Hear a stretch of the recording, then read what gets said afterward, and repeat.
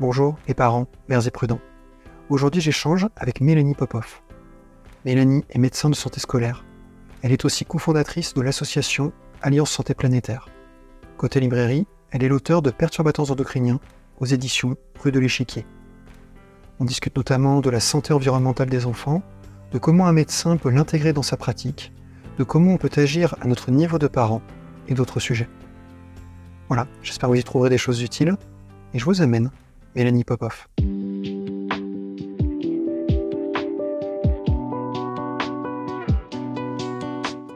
Aujourd'hui, je suis avec Mélanie Popov. Mélanie, merci de te joindre à moi. Merci, bonjour. J'ai souhaité échanger avec toi à propos de comment on peut intégrer la santé environnementale dans les pratiques des médecins auprès des enfants, un thème qui présente de forts enjeux à mes yeux. Alors avant qu'on débute, est-ce que tu souhaiterais indiquer des liens d'intérêt au regard de la thématique santé environnementale, des liens que tu penses importants que les personnes qui nous regardent aient en tête en nous écoutant échanger? Alors, mes liens d'intérêt sont que j'ai cofondé une association qui s'appelle l'Alliance Santé Planétaire, qui est une association qui fait le plaidoyer et qui porte ces valeurs de santé globale, on peut dire aussi santé environnementale, One Health, c'est des concepts connexes. Et donc, avec d'autres professionnels de santé, on fait un travail de diffusion des connaissances sur la santé environnementale et la santé planétaire auprès de nos pairs et auprès des institutions, par exemple. C'est assez large. J'ai aussi écrit un livre sur les perturbateurs endocriniens aux éditions Rue de l'Échiquier qui s'appelle Perturbateurs endocriniens, on arrête tout et on réfléchit, qui est un livre qui est paru en novembre dernier, donc novembre 2023, et qui traite des perturbateurs endocriniens, et c'est pour tout public. C'est vraiment pour essayer de comprendre et d'en savoir un peu plus sur ce sujet, et j'ai essayé de le rendre justement beaucoup moins complexe et technique qu'il n'en a l'air pour le réancrer dans le réel et le quotidien des gens et savoir quoi faire contre les perturbateurs endocriniens. Ok, pour l'avoir lu, je confirme le côté accessible, directement actionnable que tu disais. Donc, merci pour ces précisions. Pour commencer, si tu veux bien, je te propose de présenter tes activités, puis les enjeux associés en santé environnementale. Bon, tu as déjà spontanément abordé ton action avec associative. J'étais aussi, tu peux compléter autant que tu veux, bien sûr, et j'étais aussi preneur de que tu nous fasses, je pense, découvrir pour beaucoup de gens le métier de médecin de santé scolaire. Je trouvais vraiment très intéressant. Ouais. Alors, moi, je suis médecin à la base, je ne suis pas médecin de santé scolaire, je suis médecin de médecine physique et de réadaptation neurologique. Ce sont les médecins qui travaillent dans les centres de rééducation. Et moi, ma spécialité, c'était les gens avec les personnes victimes de lésions cérébrales, donc avec un trauma crânien, par exemple, ou un accident vasculaire cérébral. Voilà. Et il y a quelques années, j'ai porté mon intérêt de plus en plus vers la santé environnementale et je me suis reformée en santé publique et en santé environnementale et je suis devenue médecin de santé scolaire. Médecin de santé scolaire, c'est un travail très intéressant parce qu'on fait du dépistage et de la prévention auprès des enfants dans les écoles. Donc moi, je travaille en école maternelle et en école élémentaire et je suis médecin attaché à la ville de Paris.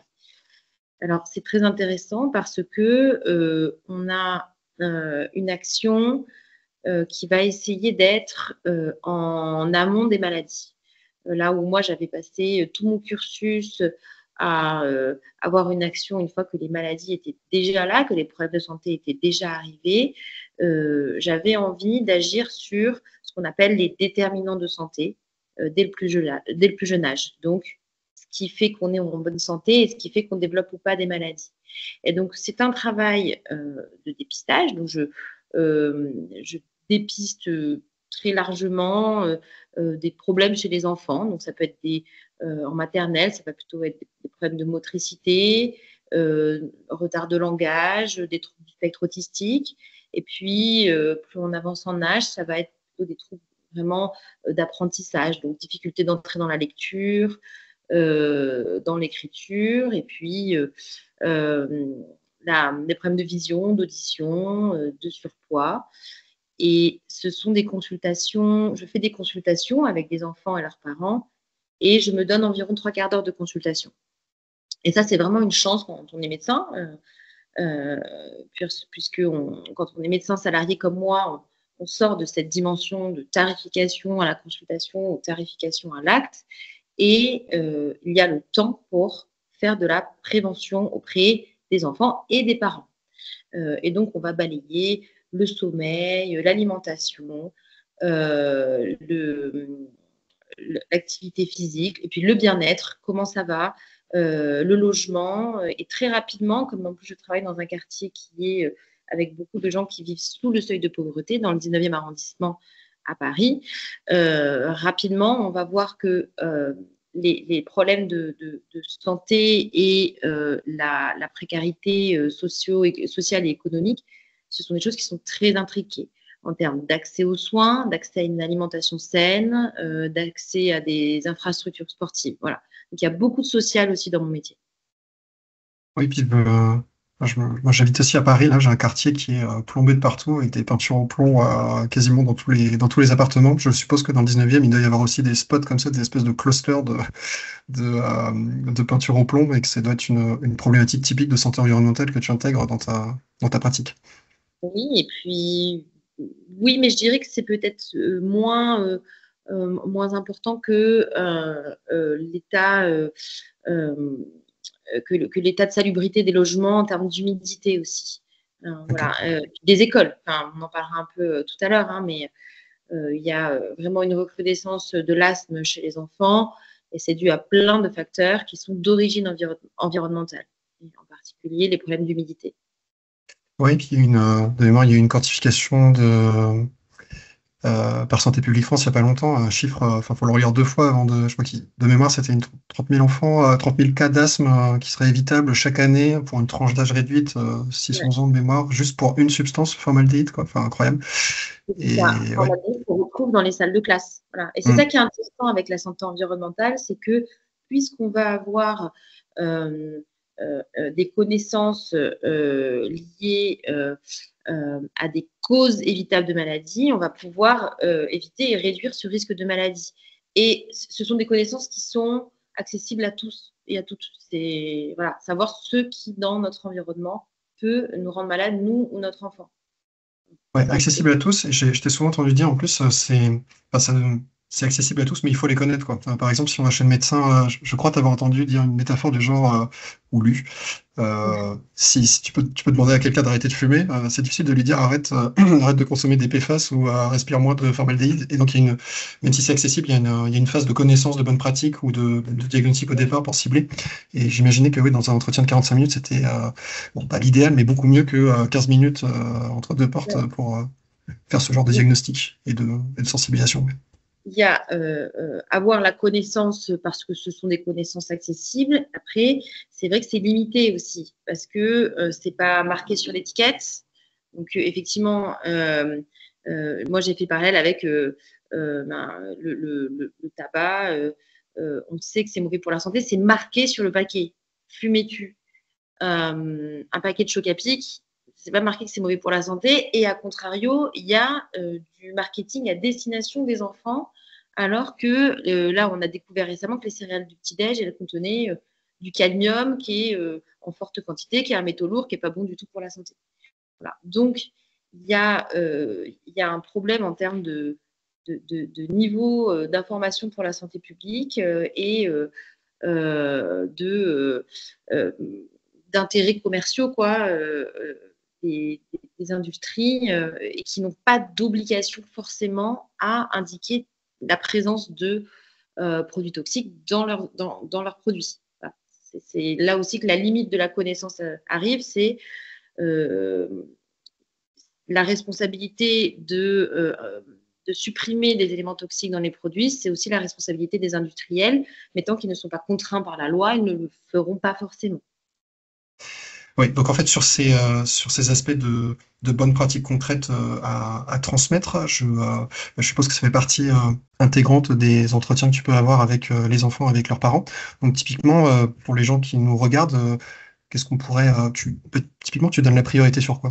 Enfin, c'est peut-être adossé au Ouais. diagnostic que tu fais. Ok. Non, non, Est-ce qu'il y a- ouais. Alors, il y a, donc là, on va parler de, donc si on parle pas seulement de perturbateurs endocriniens, hein, ça englobe finalement le message que je vais passer, c'est tout ce qui est exposition à des produits chimiques qui seraient nocifs pour la santé, dont les perturbateurs endocriniens.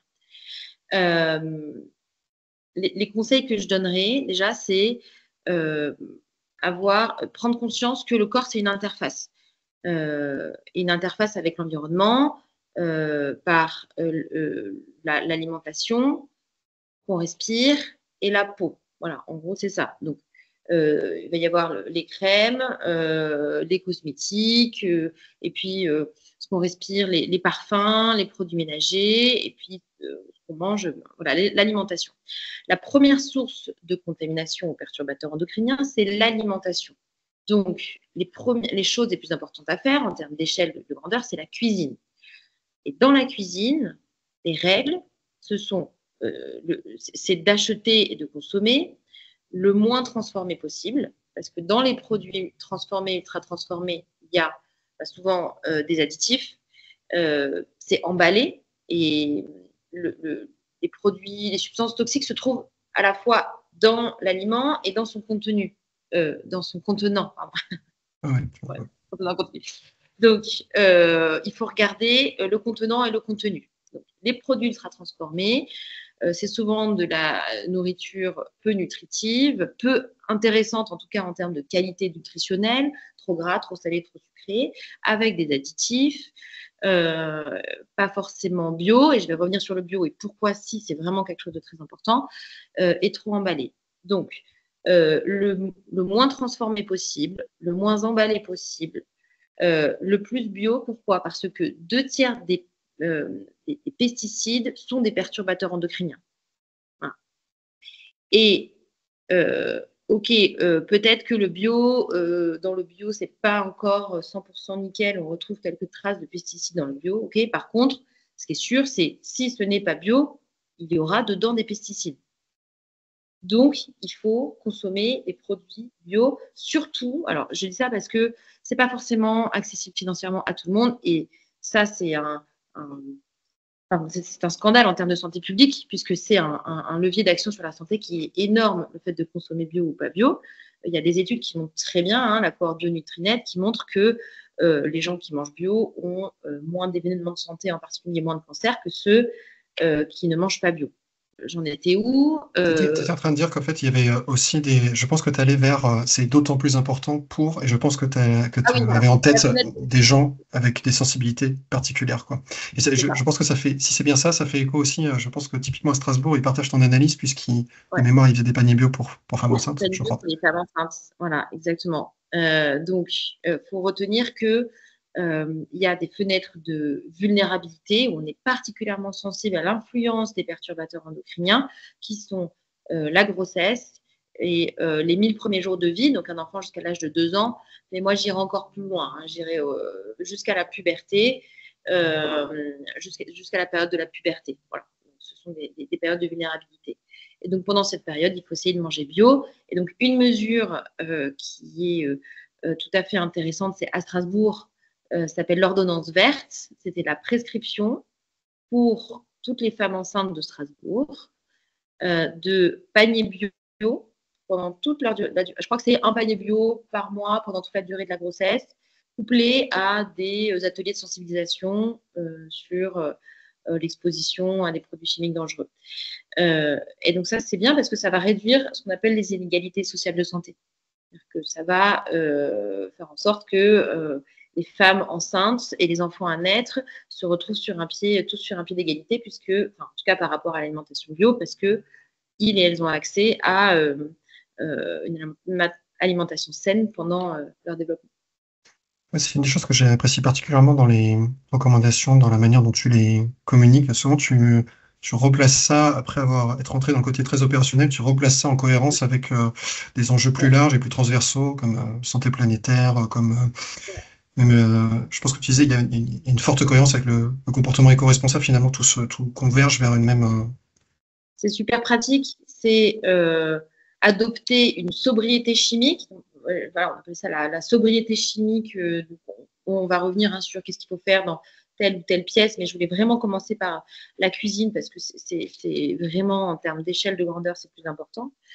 La sobriété chimique, ça a des bénéfices communs pour la santé, soit la santé des humains et la santé de la planète. Et c'est les mêmes mesures à adopter que pour un mode de vie éco-responsable. C'est moins de plastique, manger bio, acheter moins, acheter le moins neuf possible. Voilà, c'est moins de cosmétiques. Je crois que Robert Baruch mettait en avancé baisser sa consommation de viande. Bien sûr, baisser sa consommation de viande, Exemple adopter classique des de co-bénéfice. mobilités et actives.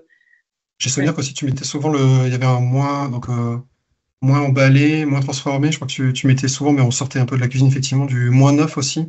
J'étais preneur que tu Ouais. développes sur ces aspects qui aussi, on peut y voir aussi des co-bénéfices sur plusieurs composantes importantes. Moins neuf, notamment les vêtements, le textile, donc c'est une source d'exposition à des substances chimiques et puis ça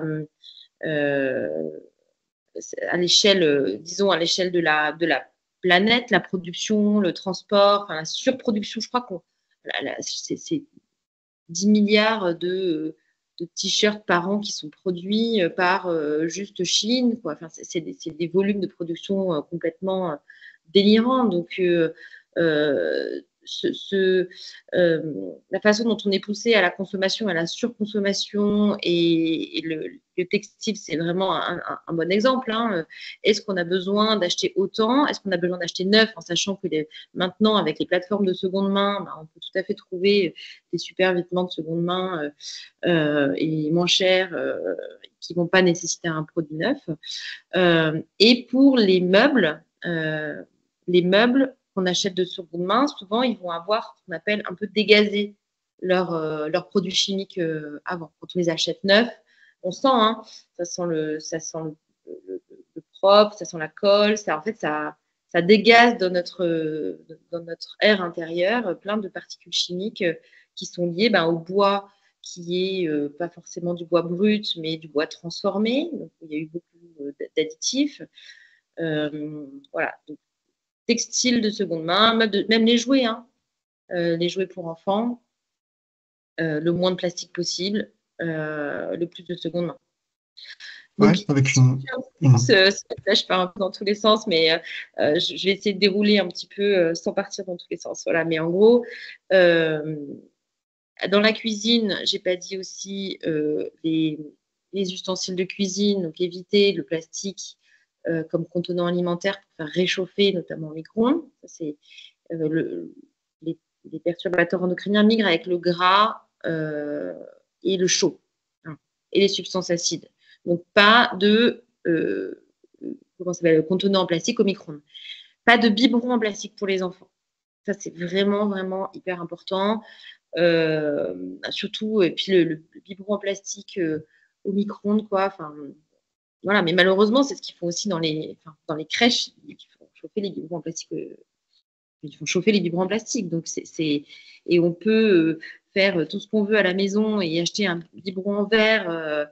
Mais bon, si notre enfant va en crèche toute la journée, il va être exposé à des perturbateurs endocriniens que nous, on n'a pas pu contrôler, quoi. D'où l'intérêt d'une mobilisation un peu plus collective et dans sa communauté. J'y reviendrai. Donc, le moins de plastique possible dans la cuisine, les cosmétiques, le moins, c'est le mieux. Vraiment, faire le nettoyage dans sa salle de bain. Faut déjà se dire que tout ce qui va sentir énormément le parfum, tout ce qui va être coloré, tout ce qui va mousser très fort, les listes d'ingrédients à rallonge, ça, il y a forcément des trucs qui sont pas terribles là-dedans. Acheter plutôt des produits bio, acheter plutôt du sans parabènes, hein, l'exposition aux parabènes pendant la grossesse. Après, on sait que c'est corrélé avec un taux d'obésité infantile qui est plus élevé. Pareil pour les phtalates. Les phtalates, ça peut créer de la prématurité chez les enfants à naître. Et Disons que si on a envie de se faire plaisir avec un produit un peu pop, un peu coloré, un peu qui mousse, privilégier ce qui va se rincer. Tout ce qui est crème qui ne se rince pas, ça va rester toute la journée sur notre visage. Ok. Je voulais rebondir sur ce que tu disais avant. Ça, c'est juste, surtout, sens-toi libre d'aller où tu veux. Moi, ça me va très bien D'accord. qu'on aille. L'exercice de viser l'exhaustivité dans le format dans lequel on échange très libre. Enfin, je trouve que c'est déjà extrêmement fort ce que tu fais. Moi, j'aime beaucoup les principes généraux que tu as mis en avant aussi et qui sont déclinables et qu'on retrouve comme exemple dans plein de bonnes pratiques que tu as données. Donc, tu parlais du côté transformer, diminuer le degré de transformation. Donc, on voit que c'est transversal. On peut le retrouver, tu l'as cité, dans la nourriture, dans les cosmétiques. Je me souviens que je t'ai entendu souvent aussi mettre en avant l'importance de questionner l'usage qu'on a. Et je trouvais que c'était aussi un principe qu'on sentait entre les lignes de différentes bonnes pratiques. Je suis preneur que tu développes si tu veux bien. Okay. Ben, en fait, le problème, l'ennemi, c'est pas le produit chimique. Le produit chimique, il n'a rien fait. Hein. Il est là, on l'a inventé, il était utile. Le plastique, c'est fantastique. Hein. Franchement, ça a permis plein de progrès, même dans le domaine médical. Le plastique, c'est solide, c'est souple. Quand on met tel ou tel additif, il prend telle ou telle forme, telle ou telle propriété. C'est magique. Hein. Donc la substance chimique, elle n'est pas mauvaise en soi, c'est l'usage qu'on en fait. Et dans l'usage qu'on en fait, là, il faut bien se rendre compte qu'il y a des centaines de millions de tonnes de produits chimiques qui sont déversés dans l'environnement chaque année. Ils ont fait des études sur des femmes enceintes, une étude qui date de 2010 ou 2011 sur des femmes enceintes aux États-Unis. Où ils ont pris une population de femmes enceintes et ils ont regardé combien de femmes enceintes étaient exposées à des substances, à des perturbateurs endocriniens et à combien de perturbateurs endocriniens. Donc, ils en ont cherché, je crois, une cinquantaine. Et bien, toutes les femmes enceintes sont exposées, 100%, et ça, c'est des chiffres qu'on retrouve, nous, dans nos études de cohorte françaises, donc la cohorte Esteban, par exemple. 100% de la population est imprégnée, y compris les enfants, y compris les femmes enceintes. Et on a entre 25 et 45 perturbateurs endocriniens dans notre corps à un instant T. Donc, l'usage de la chimie à travers les siècles a fait que, et c'est un peu difficile là ce que je vais dire, en fait, on peut pas les éviter. Alors, certains on peut, certains on peut pas. Je vais m'expliquer. Mais il y en a dans l'eau, il y en a dans les sols, il y en a dans les légumes qu'on mange, dans les œufs de poule, dans les animaux, il y en a dans l'air qu'on respire, dans les villes, à la campagne, il y en a partout. En fait, aujourd'hui, malheureusement, tout le monde, toutes les matrices, les milieux de vie et les écosystèmes sont chargés en produits chimiques, nos corps aussi, et ça crée déjà des maladies. En fait, il faut vraiment se dire que c'est pas une bombe à retardement, c'est une bombe qui a déjà explosé. On est déjà malade des substances chimiques présentes dans l'environnement, qui créent tout un tas de maladies, mais des maladies qu'on connaît, hein, des maladies qui sont pas un peu aspécifiques et multifactorielles, que sont l'obésité, le diabète de type 2, les maladies cardiovasculaires, les AVC, l'asthme, donc ce sont les cancers. Voilà, donc, les maladies chroniques, l'explosion de maladies chroniques qu'on a aujourd'hui, elle est liée en partie à ces produits chimiques présents dans l'environnement. Donc, ça y est, c'est là. On peut dire que c'est là. Maintenant, qu'est-ce qu'on peut faire? Qu'est-ce qu'on peut faire pour protéger les gens qui sont le plus vulnérables, le plus à risque? Qu'est-ce qu'on peut faire pour protéger les gens qui ont moins les capacités de se protéger et qui sont le plus vulnérables? C'est pour ça que je reviens souvent sur les groupes sociaux de vie. Mais quand on a quand on a une situation privilégiée dans la société, c'est plus facile d'aller manger bio, d'aller dans sa résidence secondaire dans un endroit qui est moins pollué ou plus frais l'été.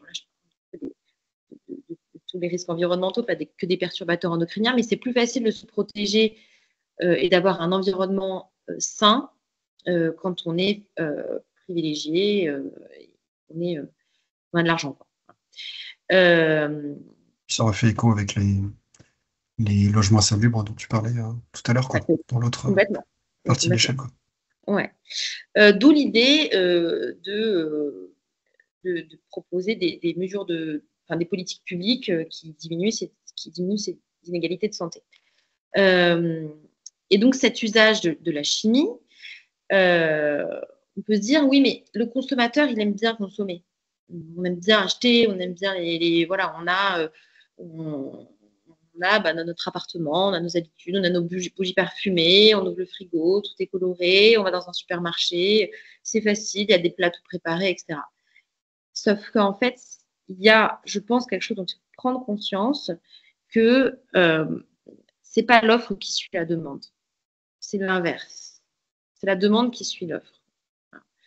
Donc, c'est aussi à nous, consommateurs, de essayer de pas tomber dans le panneau du marketing.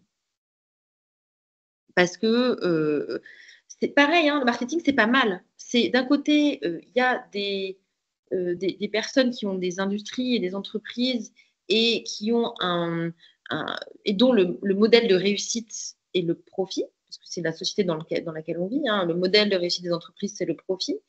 Et donc, ils doivent vendre et vendre plus. Et donc, il y a un intérêt économique, des intérêts économiques. Et de l'autre côté, il y a les consommateurs et leur santé, et la santé publique. Et c'est pas vraiment une bataille entre les deux, c'est juste prendre conscience que c'est là, c'est réel, et que nous, comment on peut vivre sans être complètement, une fois qu'on a pris conscience que tout était pollué, ben, sans avoir le cerveau qui explose. Hein, parce que si vous lisez mon bouquin, le lendemain, vous allez rentrer dans un supermarché, vous allez dire, mais mon Dieu, c'est affreux, je ne peux plus rien acheter. Je ne peux plus boire de l'eau, ni du robinet, ni en bouteille. Mon enfant, avec ses couches, là, il s'intoxique. Enfin, voilà. Donc, est-ce que tu as ce genre de remarques pendant tes consultations, par exemple? Parce qu'on parle de choses, on sent une forte volonté de transparence chez toi, mais on sent que c'est des choses qui peuvent... on voit aussi que ça rend anxieux certaines personnes.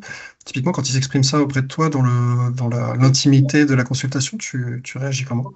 avec un sentiment, mais je vois bien qu'il y a un sentiment d'impuissance aussi. Ouais. C'est, mais bon, qu'est-ce que je peux faire, docteur? Parce que mon enfant de 8 ans, donc, alors, ce qui est terrifiant, c'est que On revient avec qu'est-ce qu'on fait avec ça, quoi? qu'est-ce qu'on fait avec ça? Et alors, en consultation, ce qui est parfois difficile à vivre, et c'est quelque chose que ressentent aussi beaucoup les pédiatres endocrinologues. Les pédiatres endocrinologues, ils reçoivent des enfants en situation de puberté précoce, d'obésité infantile, de diabète de type 2, donc des pathologies qui sont assez spécifiques d'une exposition aux perturbateurs endocriniens pendant le développement. Et donc avec même des familles qui arrivent avec une fratrie, et c'est des choses que moi aussi je vois, une fratrie avec le grand frère qui a une grosse dyslexie, qui a 11 ans, qui est obèse, la petite sœur qui a une puberté précoce et qui a eu un retard de langage oral, qui a commencé à parler à l'âge de 5 ans et qui a des difficultés à rentrer dans la lecture. Voilà, donc ça, c'est des choses qui existent réellement. Et c'est un peu difficile de dire, bon, voilà, alors ces maladies, elles sont là parce que pendant la grossesse et pendant la petite enfance, ces enfants étaient exposés à des substances chimiques. Alors, déjà, c'est pas que pour ça, heureusement. Ces maladies sont multifactorielles. Ça va être un ensemble de prédispositions génétiques, de prédispositions épigénétiques. Donc là, je sais pas si dans tes autres émissions, c'est abordé ça, l'épigénétique, mais juste en un mot, les substances chimiques, elles ont un effet pendant la grossesse. Les substances chimiques vont avoir un effet sur la façon dont on va exprimer nos gènes plus tard. Le génétique, c'est, on va dire, la partition, j'aime bien dire ça, la partition de piano, où nos gènes sont écrits, voilà, c'est indélébile. Et l'épigénétique, c'est la façon dont le pianiste va interpréter la musique. Donc, c'est l'expression de nos gènes. et les Pousser la substantiels. métaphore plus loin en disant qu'il a peut-être mis des notes sur la partition pour caler son interprétation. Exactement. C'est ça. Note pour plus tard, note pour dans 30 ans, interpréter cette partie-là sous forme de cancer du sein ou sous forme d'impossibilité à euh, métaboliser correctement la graisse. Voilà. Et donc, c'est pour ça qu'on voit qu'il y a des maladies qui arrivent dans la petite enfance, donc tout ce qui est de l'ordre du trouble du neurodéveloppement, obésité, diabète, etc. Et puis des maladies aussi qui vont se déclencher. Alors, on ne sait pas trop pourquoi elles se déclenchent à tel ou tel âge, mais cancer du sein, cancer de la prostate, endométriose, tout ça, c'est des maladies qui sont causées par l'exposition à des perturbateurs endocriniens. Donc, je reviens où on en était sur la consultation. Moi, j'évite de parler de cause, de pourquoi il y a des maladies. Ça sert à rien. C'est pas forcément. On peut dire, je dis en général que on pense que c'est plusieurs choses qui sont intriquées les unes dans les autres et que l'exposition à des produits chimiques, ça en fait partie. Et la bonne nouvelle, c'est qu'il y a plein de produits chimiques, en particulier les bisphénols, les phtalates, les parabènes, qui, au bout de quelques jours, en 3 jours, non sont éliminés. persistants. Voilà, c'est éliminé par les urines. Et donc, si on modifie sa façon de vivre dans son quotidien, donc l'écosmétique, l'alimentation, l'air intérieur, aérer 10 minutes le matin, 10 minutes le soir, tous les jours, vraiment hiver comme été, parce que l'air intérieur est plus pollué que l'air extérieur. Juste modifier quelques petites choses comme ça qui, après, alors au départ, c'est vraiment un changement de style de vie. Hein. Ça se fait progressivement. Mais une fois que c'est installé, en fait, c'est plus sain, ça coûte moins cher. On a moins envie d'acheter les choses. Et finalement, oui, on est moins sensible au marketing, voilà, et on est en meilleure santé. Je crois que dans ton livre, tu parles effectivement de ce changement d'habitude. Je crois que tu donnais de mémoire un exemple sur le propre n'a pas d'odeur, simplement on utilise des produits ménagers qui ont des parfums. Donc pour nous, avec les années, moi je sais que tu vois, ma mère elle était à fond dans le Ouais. Javel par exemple, avec les années, telle odeur est associée au propre, quoi. Et que donc bon, il faut un Ouais. petit changement, mais une fois que c'est ça, en fait, c'est même les odeurs. Et puis tu t'es dit, en fait, le propre n'a pas d'odeur. Quand tu vas chez quelqu'un où tu es invité et que tu sens, je sais pas moi, les draps et que ça sent la lavande, là, mais c'est trop. Alors oui, ça sent bon, c'est agréable une demi-seconde. Et après, t'es envahi. Ton corps, il n'a plus envie de ces odeurs-là. Et donc, pour la Détoxifier tes habitudes. consultation, ouais, détoxifier ses habitudes. Donc, pour en revenir à la consultation, finalement, moi, je vais essayer de donner des conseils euh, adaptés à la personne qui a en face de moi, quoi. Et puis, il faut voir en face les enfants. Hein. La réalité des enfants maintenant, aujourd'hui, c'est les écrans. À 8 ans, il y en a 1 sur 2 qui a un portable, donc il va sur YouTube, donc il est exposé à la publicité. Et c'est ça aussi qui est un grand enjeu pour moi de mobilisation globale des parents. Enfin, on ne doit pas arrêter de se mobiliser hein, contre l'exposition aux écrans, contre le matraquage publicitaire envers les enfants. Ça devrait être interdit par la loi, ça devrait être condamné. Et je pense que dans quelques dizaines d'années, quand on regardera en arrière, comment on a pu laisser les enfants, laisser les marques mettre la Reine des Neiges sur des trucs qui n'étaient pas bons pour la santé des enfants. Oui. Surtout qu'on se dira que ça faisait déjà de nombreuses années qu'on avait des résultats robustes sur le sujet. J'avais interrogé Serge Herbert, notamment tu vois, sur la publicité pour les produits trop gras, trop sucrés, etc., aux heures d'écoute des dessins animés, quoi. Et j'ai dit, mais en fait, j'imagine bien que quand on fait des propositions en termes de, quand on sort d'un groupe d'experts sur un sujet, bah, il y en a qui vont être prises, il y en a qui vont pas être prises, il y a des arbitrages, tu vois, il y a des contraintes comme ça, je le comprends. Et j'arrivais pas à comprendre que celle-là, elle soit pas passée, elle est tellement énorme et elle est tellement bien appuyée. Et en fait, sa réponse avait été, le problème, c'est on n'a pas que les fabricants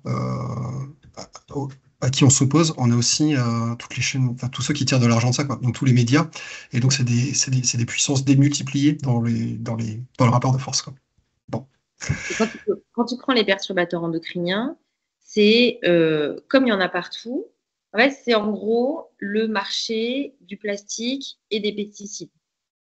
Donc, c'est les lobbies. Alors, quand je parle de lobby ici, il faut savoir que j'ai beaucoup, pour mon livre, j'ai beaucoup travaillé, enfin, j'ai beaucoup fait de recherches sur les lobbies. Qu'est-ce que c'est? Est-ce que c'est quelque chose de un peu secret qui se fait comme ça, là, des gens qui tireraient des gens, des grands industriels qui tireraient les ficelles des hommes politiques et des femmes politiques à Bruxelles. Du tout. C'est des gens très sympas de 30 ans à Bruxelles. Le lobbying, c'est un truc qui est complètement transparent, quoi. C'est juste des gens qui sont hyper sympas, qui sont payés pour aller effectivement à Bruxelles, au Parlement européen, à la Commission, et puis dire, voilà, viens, on discute, je t'invite au resto. Et c'est juste des gens qui défendent les intérêts commerciaux et les intérêts financiers d'une boîte. Donc, et pour un député européen, il y a au moins un lobby derrière en termes de quantité de personnes qui travaillent à un sujet. Donc, c'est le lobby du plastique, c'est le lobby des jouets, c'est le lobby du textile, c'est le lobby. Voilà. Et donc, effectivement, les sociétés expertes d'expertise d'agences sanitaires ont en face d'elles une pression, enfin un poids, et en particulier un poids financier qui est énorme. Alors, j'en parle dans mon bouquin, il y a un terme qui est hallucinant, c'est la science réglementaire. Il y a la science et la science réglementaire.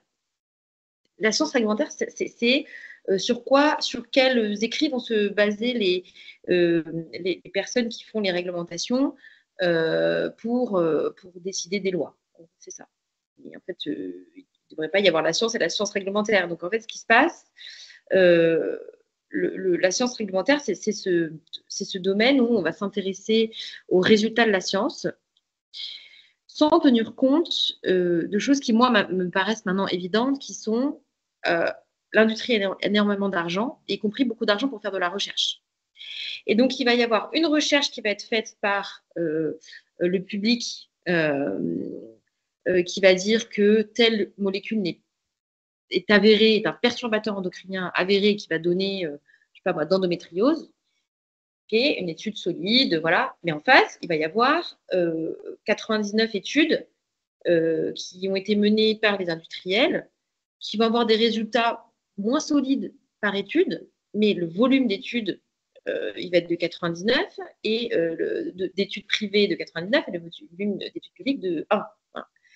Et ça fait que quand on regarde un peu vite fait et qu'il y a un lobbyiste qui arrive et qui dit non mais regardez ce que dit la science réglementaire, regardez le nombre d'études qui a montré que ça c'était pas dangereux pour la santé versus une étude qui a montré que c'était dangereux, le législateur il dit effectivement il va pas se taper toutes les études à lire. Pour revenir sur je mettrai quelques références, j'ai eu l'occasion aussi de travailler sur ces sujets, pour ceux qui veulent approfondir. Et j'imaginais que, pour revenir sur la consultation, que quand tu développes ces aspects, il doit y avoir un certain nombre de personnes qui les découvrent en même temps qu'ils échangent avec toi pendant la consultation. Et je me demandais, typiquement, tu conseilles quel livre ou quel documentaire à des gens qui veulent approfondir ces sujets? Bon, je pense que, je vais le dire parce que tu voudras peut-être pas le dire, je pense que ton livre, comme il a pour objectif de répondre à cette question, ça peut en faire partie. Est-ce qu'il y en a d'autres que tu conseilles régulièrement? Mais, non, parce qu'en fait, moi, je travaille dans un milieu où il y a une bonne partie des parents qui sont pas, dont le français n'est pas la langue maternelle, donc qui vont pas forcément avoir aussi l'habitude euh, de, de lire des essais, quoi. Enfin, lire des essais, là, j'ai parlé en termes un peu bourdieusiens, quoi, sociologiques, c'est le capital culturel des patients que je traite ne va pas les emmener vers ah tiens, je vais aller acheter un essai sur ça pour mieux comprendre. Ou c'est un peu c'est pas des médias, c'est pas des voies d'accès qui sont les livres sont pas des voies d'accès privilégiées pour cette population-là. Alors, j'imaginais que tu avais peut-être réfléchi à des documentaires disponibles sur YouTube, tu vois, ou des trucs plus accessibles. Oui, Ouais. alors moi, Ouais. qu'est-ce que je fais? En fait, je vais plutôt orienter vers des choses très très simples qui sont des sites où il y a des infographies dynamiques sur ma maison, ok, pièce par pièce, on regarde. Donc pour ça, il y a le site des 1000 premiers jours de vie. Donc moi, ce que je Mmh. recommande en gros, c'est ça. Ouais. C'est le site des 1000 premiers jours de vie. Et il y a un site qui s'appelle perturbateur endocrinien-ma maison. Voilà, donc c'est deux sites qui sont extrêmement simples, très visuels. On clique sur une pièce et dans le salon, on va voir que ça, il faut éviter, il faut le remplacer par ça, etc. etc. Et le site de 1000 premiers jours de vie, donc c'est Santé publique France qui l'a fait, c'est très bien fait. Il y a plein d'informations sur sa santé pendant la grossesse, voilà, les jouets pour enfants, les couches et textiles, les protections hygiéniques. Voilà. Ouais, puis c'est pas au-delà de. Donc je mettrai en référence de la vidéo là, les sources que tu viens de citer. Et effectivement, le site de Santé publique France a l'intérêt aussi d'aller au-delà du périmètre qui était le périmètre de notre échange de ce matin. Donc ça va sur l'ensemble des facteurs de risque importants pendant la période des 1000 premiers jours. Mélanie, je vois l'heure qui défile, je m'étais engagé auprès de toi à ce que ça reste dans un temps raisonnable. Est-ce qu'il y aurait un sujet important pour toi qu'on n'aurait pas abordé spontanément lors de nos échanges? Euh, oui, c'est peut-être euh, ce sentiment d'impuissance qu'on peut avoir face à la santé environnementale au sens large. Donc là, moi, je parle des produits chimiques, mais que ce soit le changement climatique, etc. En fait, c'est un peu un vertige quand on se dit, ben, OK, maintenant que j'ai compris que ma santé était déterminée par beaucoup de choses sur lesquelles je n'avais pas le contrôle, qu'est-ce que je peux faire? Donc, déjà, bien garder en tête qui est à risque, qui est vulnérable.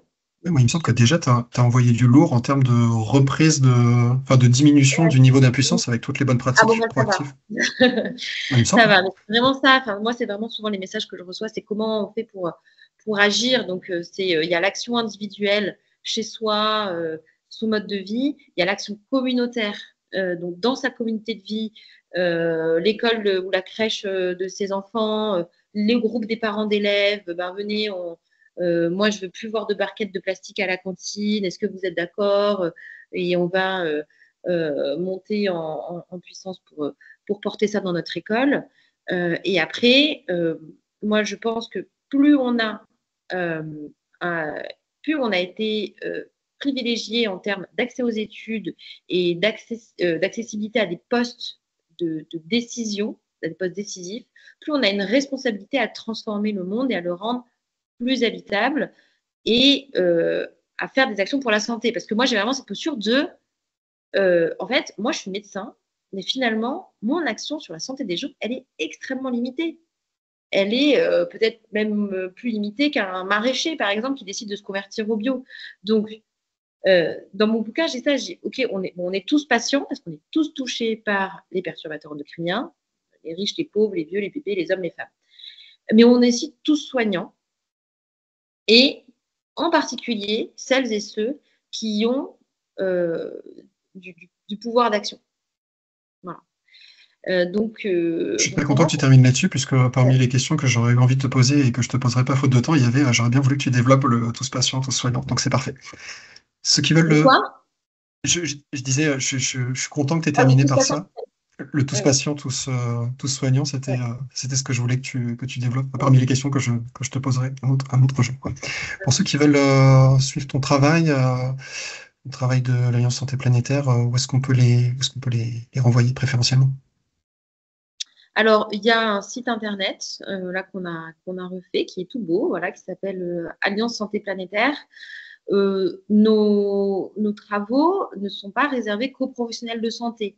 Nous avons aussi, et même l'adhésion à cet assaut, on a plein de gens qui ne sont pas professionnels de santé, parce que c'est l'idée aussi de dire on est tous soignants. Voilà. Donc, il y a des gens qui travaillent dans l'écologie ou qui sont dans le maraîchage. Enfin, voilà, c'est justement, on peut rejoindre cet assaut. Donc, il faut aller sur le site internet, vous tapez sur Google, Alliance Santé Planétaire, vous trouvez. Il y a aussi les réseaux sociaux, on est présent sur LinkedIn, Facebook, Instagram. Ouais, oui, du contenu très intéressant. Ouais, on essaye de faire un peu de veille scientifique et de partage et de diffusion des connaissances. Voilà. Là, maintenant, on a des nouveaux projets aussi, de faire une fresque de la santé planétaire sous le modèle de la fresque du climat, pour un peu faire prendre conscience un peu à tout le monde que le dépassement des limites planétaires a un impact sur la santé, qu'on peut mettre des actions qui ont des bénéfices communs à la santé et à l'écologie. C'est un super levier d'action. Et puis, voilà, juste pour terminer sur un côté un petit peu plus militant, je pense que dans les années à venir, on va voir de plus en plus de médecins et professionnels de santé lanceurs d'alerte et s'engager et militer là où on ne les attend pas forcément, un peu sur le modèle des scientifiques du climat. Voilà. Par exemple, à l'Alliance Santé Planétaire, on s'est joint à une plainte collective contre l'entreprise Total Énergie. Et c'est une plainte qui a été lancée par des victimes directes d'événements météorologiques extrêmes liés aux activités humaines. Et donc, il y a un procès, pour l'instant, il y a juste la plainte qui a été déposée, mais c'est avec l'association Bloom et les victimes directes. Nous, communauté de soignants, on s'est joint aussi à cette plainte en disant, ben non, en fait, aujourd'hui, les entreprises, et puis surtout les entreprises qui extraient des énergies fossiles, ne peuvent plus faire n'importe quoi. Là, nous, on est médecins, on sait aussi dans le serment d'Hippocrate, on s'engage à participer à la création d'un environnement sain pour tout le monde. Voilà. Donc, ça, c'est un autre sujet qui est très large, c'est où est-ce qu'on doit se placer en tant que médecin ou en tant que soignant sur cet engagement écologique, quoi. Ouais, le message est passé. Pour ceux qui veulent approfondir ce sujet et éventuellement vous soutenir, je ne sais pas s'il y a des moyens de le faire avec des pétitions. Ok, on mettra les liens vers ce qu'il faut en description, tu m'enverras. Ouais. Vous pouvez aller, le site pour la plainte, la plainte s'appelle, il y a un site qui s'appelle Total Criminal. Voilà. Mais sinon, vous pouvez venir voir sur les réseaux de l'Alliance Santé Planétaire. Voilà, on relaye pas mal d'infos. Ok, très bien. Yannick, je te remercie beaucoup pour d'avoir pris le temps de l'échange, pour les informations utiles et les bonnes pratiques vraiment importantes pour les parents. Je te souhaite le meilleur pour tes activités à venir. Plaisir de te croiser en vrai, ça m'arrive de me balader dans les parcs des 19e avec mes enfants. Et voilà, un grand merci. Merci, salut. Voilà pour cet entretien. Si vous paraît utile, vous pouvez liker, vous abonner et clocher, si ce n'est pas encore fait, pour que YouTube favorise sa diffusion. À très bientôt.